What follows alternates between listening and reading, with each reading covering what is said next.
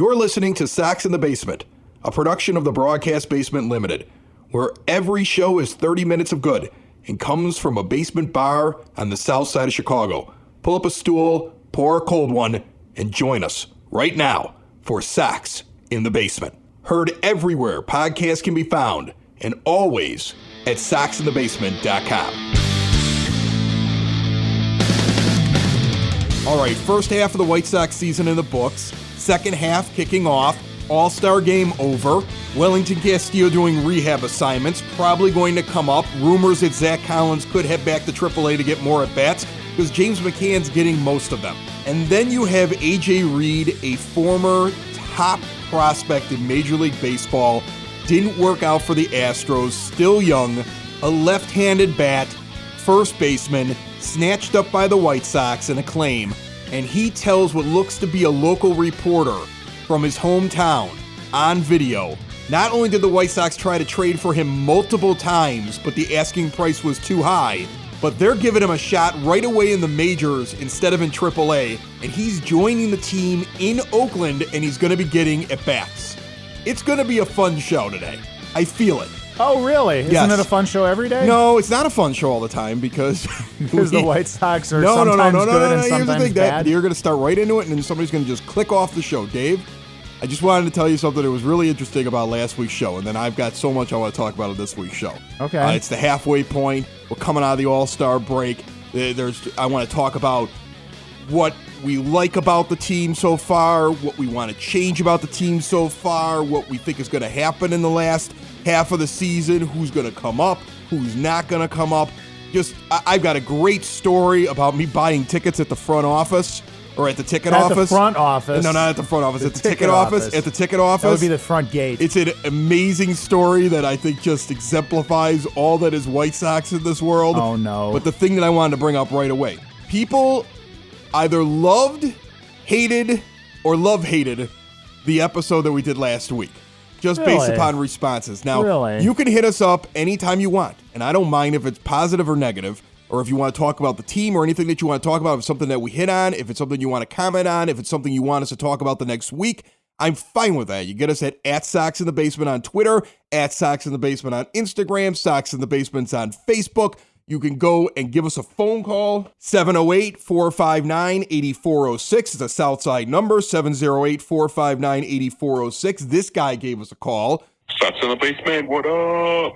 This is Jorge from Lincoln the Hills, Illinois. You guys are talking about Dylan Cease here. That's you're saying that the only reason he got called up is because we needed pitching. I highly disagree with that. Cease was ready, despite his numbers this year and Kopech being dominant all throughout. Cease could have been called up last year, and you could have said the same thing about him, that he was being dominant everywhere. He was ready. They felt that he was ready. And you know what? I'm all for Cease. He's here to stay. Now let's make the Cubs look bad. Let's go Sox. People love the Omar Vizquel interview, and if you haven't listened to the Omar Vizquel interview, go back and listen to it.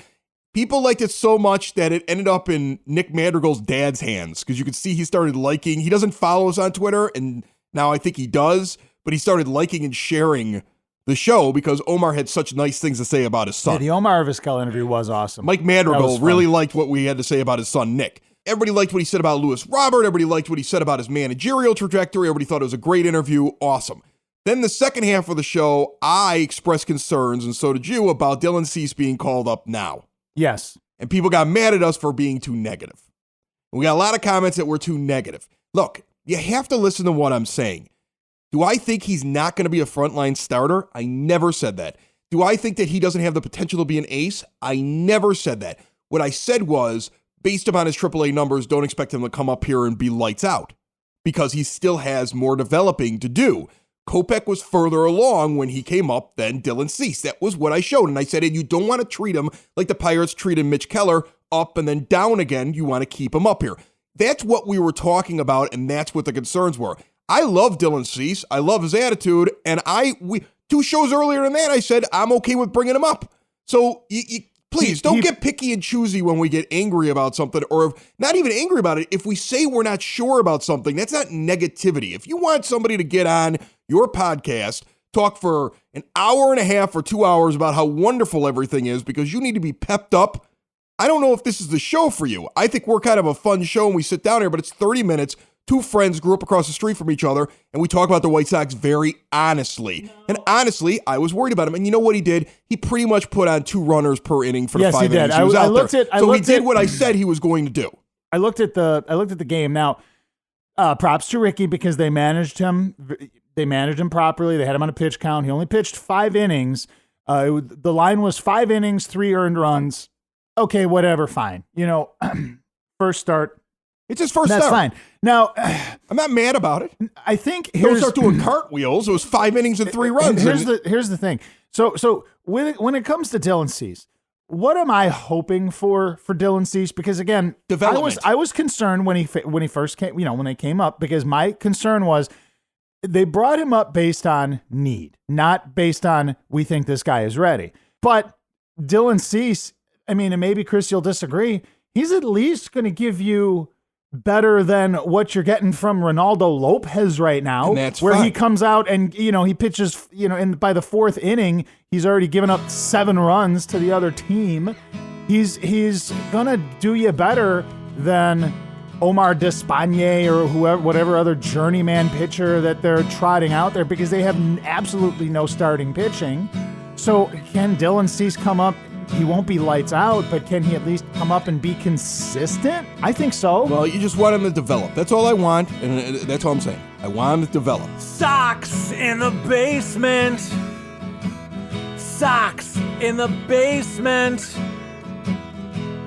Sox in the basement. I went to the box office to turn in some tickets. Now, this is all a true story.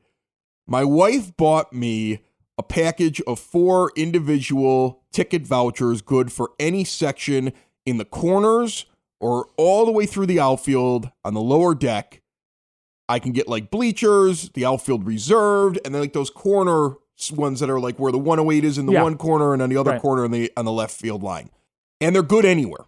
They have it mapped out all the way through it. And I should be able to, I'm supposed to be able to walk up and I have to exchange them directly at the box office when I want to go to a game. So I get to use those vouchers. I'm always going with like a group of people, or I'm too lazy. Basically, I've been too lazy to this point to drive down there and get them. So I keep spending extra money and going through Ticketmaster or like StubHub or something like that to get my tickets. Okay.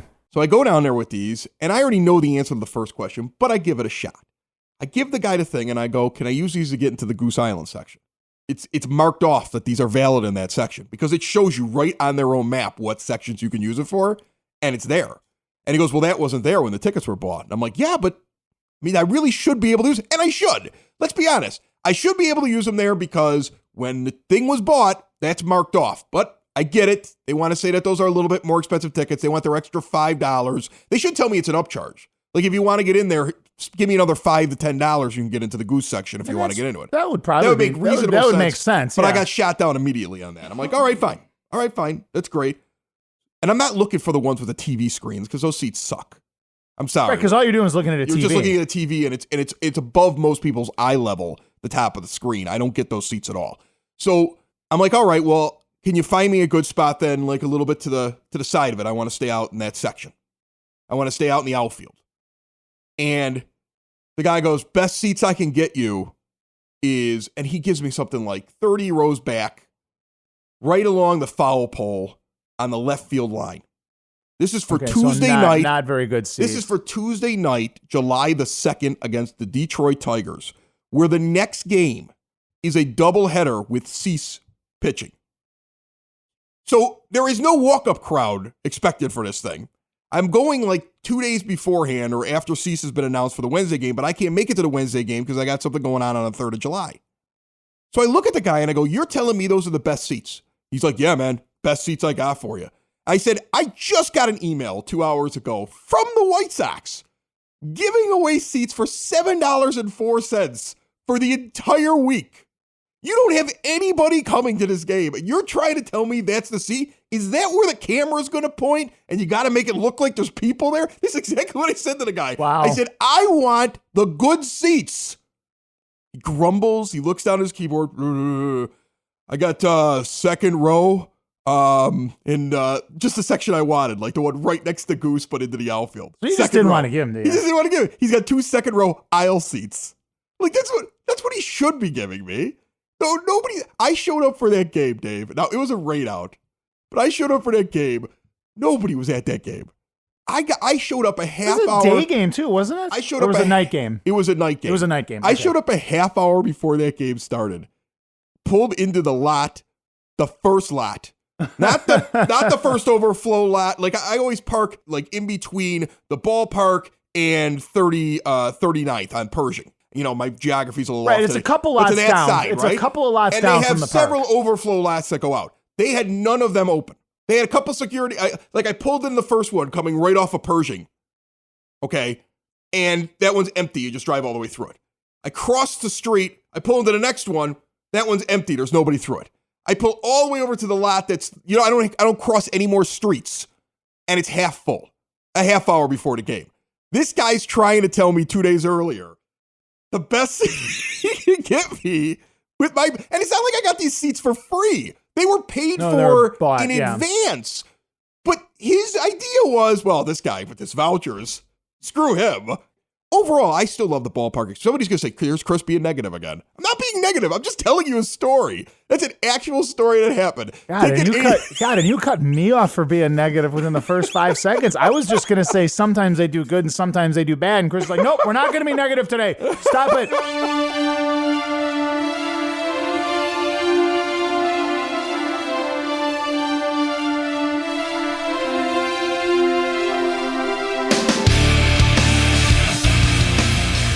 What do you think about this team so far? Just give me the things that you love so far about the White Sox at this point, at that midway point, about to start the second half of the season. Basically the entire top of the order, the entire top 2/3, top half of the order. They're doing exactly what you would want them or you expect them to do, and in some cases you're getting pleasant surprises like Leury Garcia, who's been solid at the top of the order. Leury's at his best case scenario this year. Yeah. I mean, obviously you gotta love what Lucas is doing. Gotta love what the bullpen is doing. I mean, the bullpen has been really good. You need Herrera to start pitching better, but you love Bummer.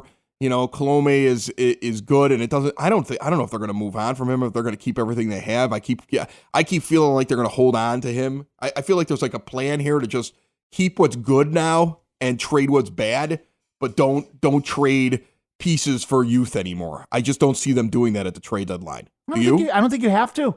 I don't think you have to at this point. I think at this point you are using this year to sort of recognize where you've got some holes, and starting at the trade deadline this year, you start filling those holes.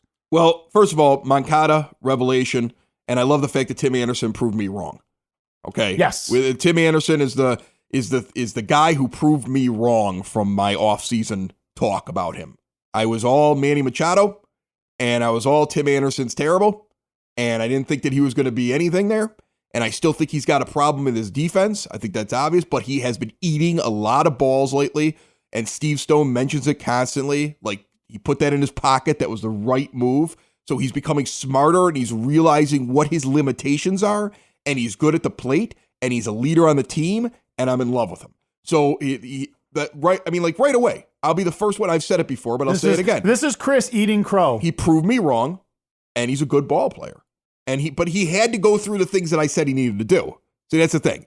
He wasn't good when I was talking about him being bad. And he had done several years of showing that he was going to be bad. And then like a light switch went on, and thank God it did. Now, I always said Moncada was going to be good. So I'm not going to eat crow on him because I was the lone voice standing in the darkness saying, this guy is not bad. It's his rookie year. Give him a break. See what I'm saying? Like every guy gets a year. In my opinion, you come up, you get a year.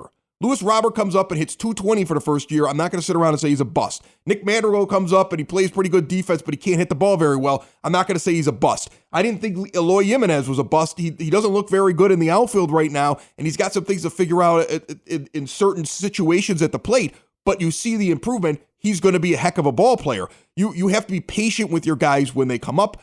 I'm happy with all the things that are happening there. I'm very, very excited. I look at this team, and I think to myself, going around the horn, they're going to re-sign Abreu. I know there are people that don't think they should because of decline.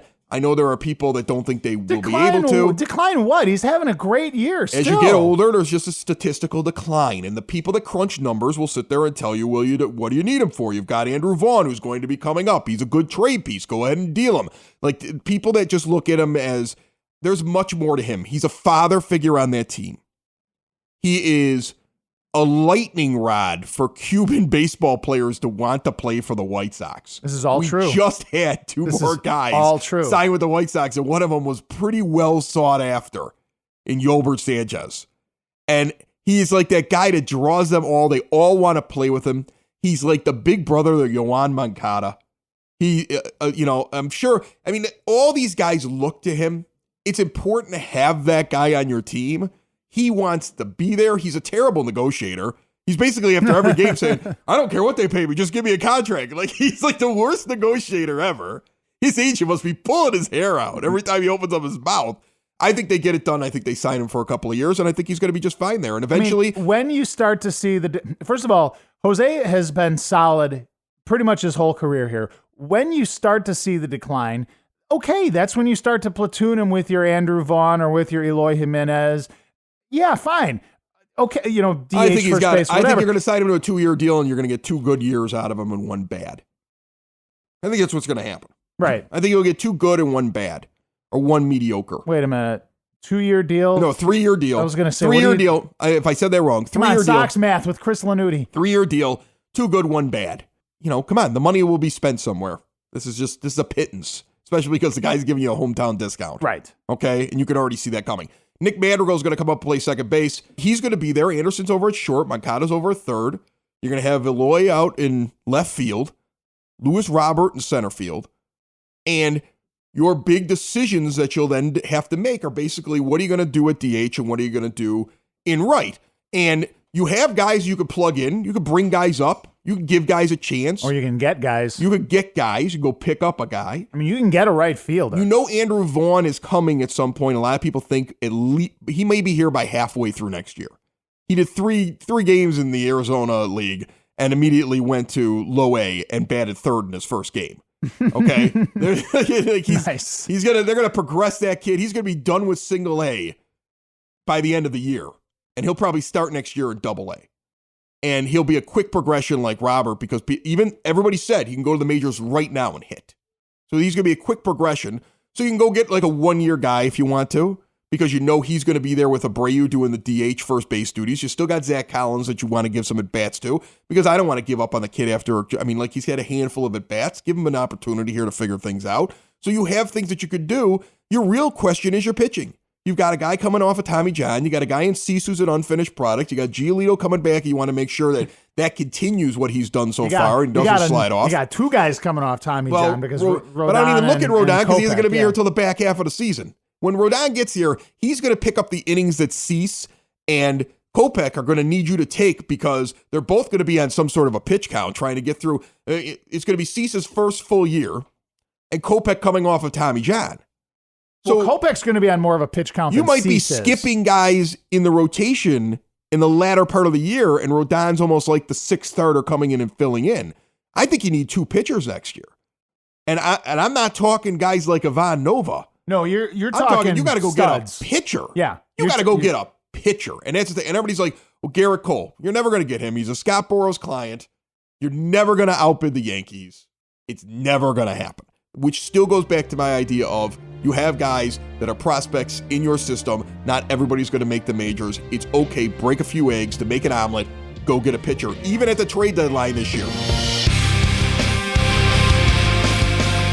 But then I'm not sure if I believe in the guy who's managing the team. I have become so increasingly frustrated with how he uses his players at times, especially the idea of bunting in the worst possible moments. And he did it again.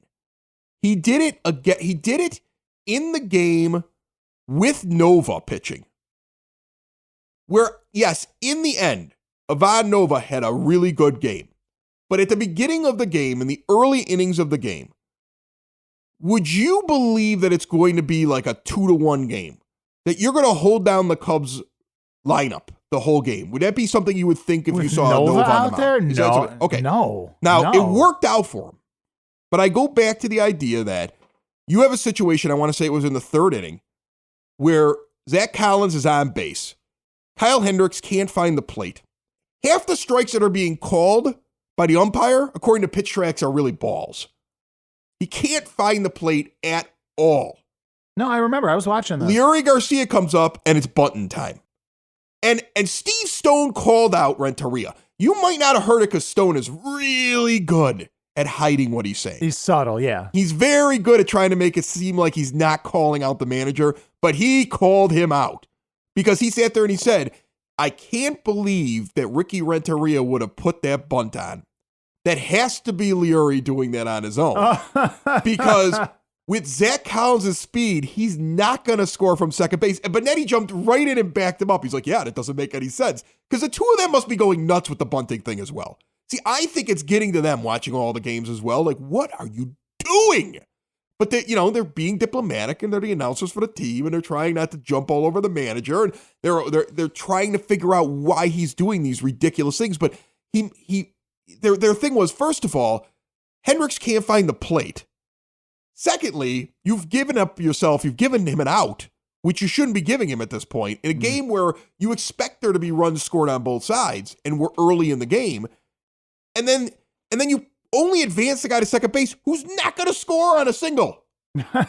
He runs with a piano on his back. He's Paul Konerko's evil twin on the base paths. Nice. It's not going to happen.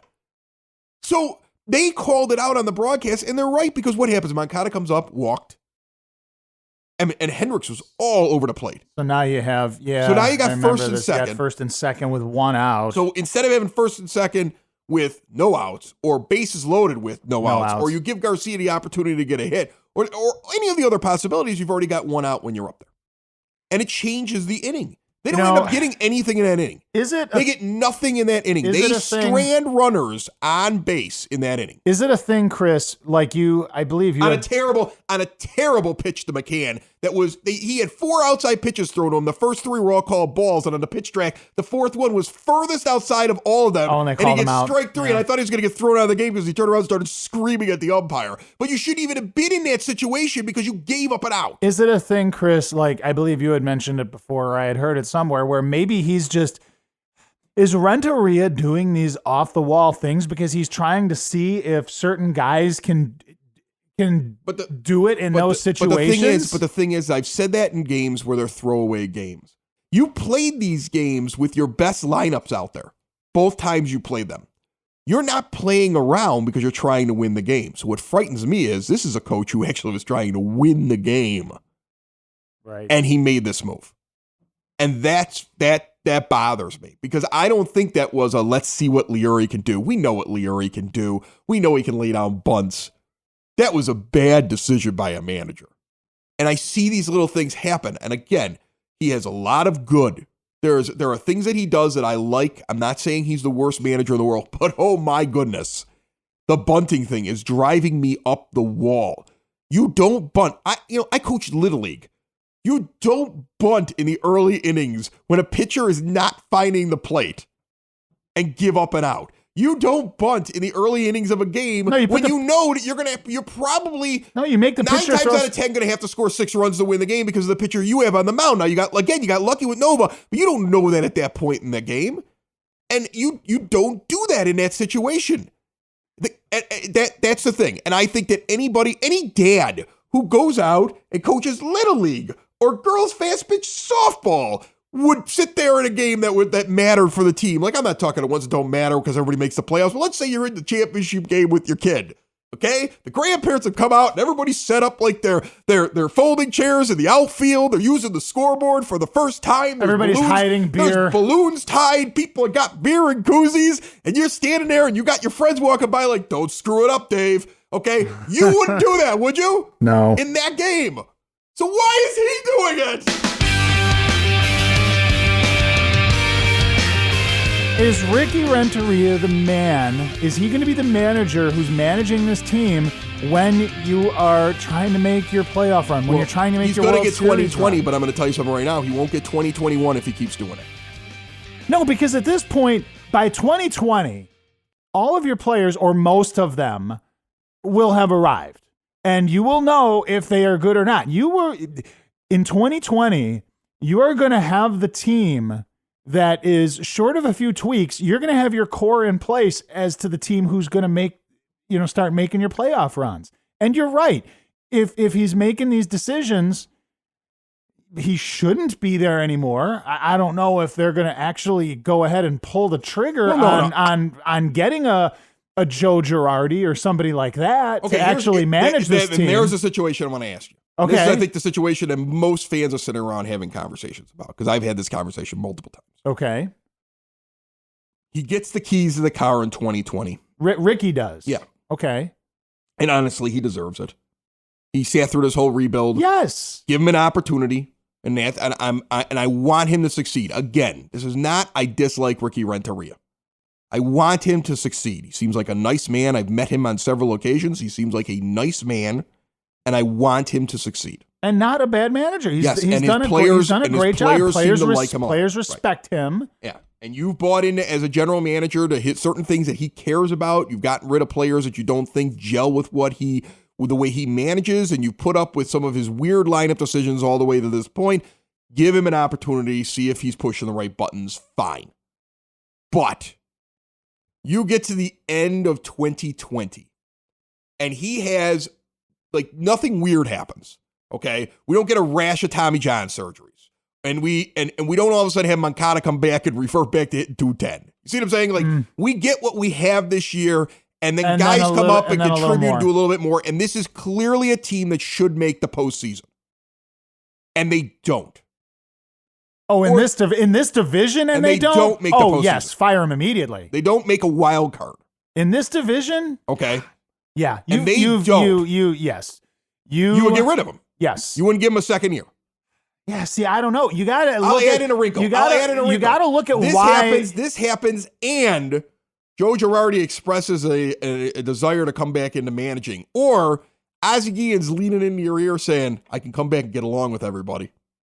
Oh, man. I won you one before. Oh, my God. I won't let my kids into the dugout. The Girardi you won't see Oldie. Okay. So first of all, let's pick this apart one at a time. Regarding Renteria, if you don't make the playoffs and you do a thorough post-mortem on the 2020 season going, why didn't we make the playoffs? And you find that it's because of bad lineup decisions or bad in-game decisions, like you're talking about the bunting, whatever, then yes, you have to look at it and do we keep a Topor next year on the show? Huh? Like, these are games we would have won if not for Ricky, and these are games we won because of Ricky. Why not? We should do that next year. Can we do that? Yeah, we're going to do that next year. If Girardi is available, I mean, yeah, I say you got to go and make an effort. I feel like Ricky needs to do well next year, or else it's deja vu all over again for him in Chicago, with once again a big name manager grabbing a team from him. Just like what happened with the Cubs. Well, but not as harshly as the Cubs, because he's getting a far greater chance with the White Sox to succeed. But if the White Sox are trying to model with their rebuild what the Cubs did with theirs, then yes, that's exactly what's going to happen. And this is not an unprecedented thing. Even in the 90s, Buck Showalter basically brought those baby Yankees along, and then Joe Torre walked in and won everything. Exactly. Now, Ozzie Guillen, man. Could happen. I just like saying it. Could happen, yes, but here's the thing. I'd rather see him than Vizquel right now, and I liked my conversation with Vizquel, but he's too young of a manager. By his own admission, he's still learning things. Right. He's not. And he likes to bunt a lot. Yeah, that's the report on him. He's not into the whole I want to be a big league manager right now. Look, it is never going to happen where Kenny's ego is way too big to be able to. You won't let him back? They're sitting around talking to each other now. I mean, think about it. He's worked his way back in. Billy Martin got fired by George Steinbrenner. That guy had a big ego. There's pictures all over the place now. Guillen hanging out with Williams. They're laughing, they're chatting, they're talking, they're hugging. Yeah, but they still probably hate each other's guts. It doesn't matter. hanging out with somebody and working. Let me tell you something right now. No, I'm going to tell you. Ozzie Guillen doesn't matter for Ozzie. I'll tell you that much. Ozzie Guillen's walk around that team right now. He's like, everybody here. These are my people. Look, we got like 6 Cubans here. We got this dude. Like this is everybody speaking Spanish. He's like, I got a good catcher, just like I had with Brzezinski. I've got pitching coming. I've got this. I want to manage this team. It matters. He wants to manage this team. It matters to Kenny though. He wants to manage. Yes, but here's the thing. Ozzie's clearly being buddies, man. There's pictures everywhere. Ozzie's a nice guy. People like Ozzie. Except if you're Kenny. Kenny doesn't like Ozzie. Ozzie makes fun of the Chicago Cubs, and then there was a Twitter thing that shows him joking around with their players. He can get away with anything. He's like that guy. He's that guy. He's Fun Ozzie again. Fun Ozzie can get in you. I'm just saying, Fun Ozzie finds a way. And we got Fun Ozzie right now. And Fun Ozzie's probably like, man, I want to do it again. I don't think so. I bet you Ozzie wants to do it again. Ozzie does, but like I said, it's a moot point because I'm not saying he even should do it. I don't want anybody sitting there saying these idiots want Ozzie Guillen back and they're a bunch of meatballs. I'm just saying that I think Ozzie wants it back. Yeah, but Kenny's never going to go for it. He'd be mentioned at least as a possibility if Ricky Renteria had to go if things don't work out in the next year or so. Kenny would never go for it. Fun Ozzie. I don't know, man. Jerry Reinsdorf standing in a picture, big cigar in his mouth and a smile, hugging both of them on both sides. Forced smile by Kenny, okay? Big smile by Ozzie. Can't we just kind of peering over their shoulders like, hey guys, I'm the general manager. Can I get in the shot? I imagine that. Can't we just have this where we fire Kenny and get Ozzie back? That's never going to happen. Can't we just fire Kenny? Never gonna happen. Right now, Jerry Reinsdorf is in a lab right now. He's paid this evil scientist millions of dollars to try to figure out how he can combine the DNA of Gar Forman, John Paxson, and Kenny Williams into one superhuman that he can adopt. That's not a superhuman. That he can adopt. That's not a superhuman. That's Sloth from the Goonies. Another show is wrapped up. Another show's in the books. Another show is wrapped up. And then by the looks, it's gonna be a good one. And we'll see you next week. And the nudist basement. And the nudist basement. Another show is wrapped up. Another show is wrapped up. Another show is wrapped up. And it's in the books. Another show is wrapped up. Another show is wrapped up. And by the looks, it's gonna be a good one. Nudist basement. Broadcast basement. The nudist basement. The broad basement. Slancha. Sloth love lefty power hitter. Socks in the Basement. Heard everywhere podcasts can be found. And always on socksinthebasement.com.